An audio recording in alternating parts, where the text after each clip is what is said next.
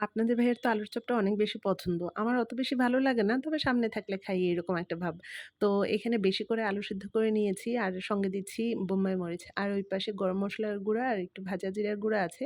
এখানে বেশি করে পুদিনা পাতা আর ধনিয়া পাতা কুচি দিয়েছি। আর এরপরে দিলাম পেঁয়াজ বেরেস্তা। আমি আলুর চপটা পেঁয়াজ বেরেস্তা দিয়েই করে থাকি।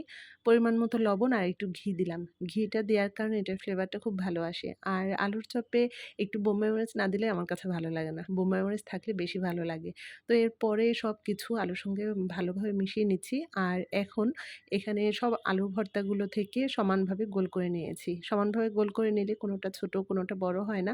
আর ওই পাশে ডিম আলুর চপ হবে তো ওই পাশে ডিম সিদ্ধ করে সমানভাবে আগে পিস করে রেখে দিয়েছি। আর এইভাবে সব হাতের কাছে গুছিয়ে রাখলে এটা করতে বেশি একটা সময় লাগে না। একেকটা গোল্লা নেব আর এখান থেকে এই যে ডিম দিয়ে আলুর চপের শেপটা করে নেব। সবগুলো যখন বানানো হয়ে যাবে তখন আমি এটা বেসনে ডুবিয়ে ভেজে নেব ডুবো তেলের মধ্যে। আর বেসনে না দিয়েও মাঝে, মাঝে আমি কর্নফ্লাওয়ার আর ময়দার গোলার মধ্যে ডুবিয়েও ভাজি। সেটাও ভালো লাগে। আপনারা কিভাবে করেন কমেন্টস করে জানাবেন।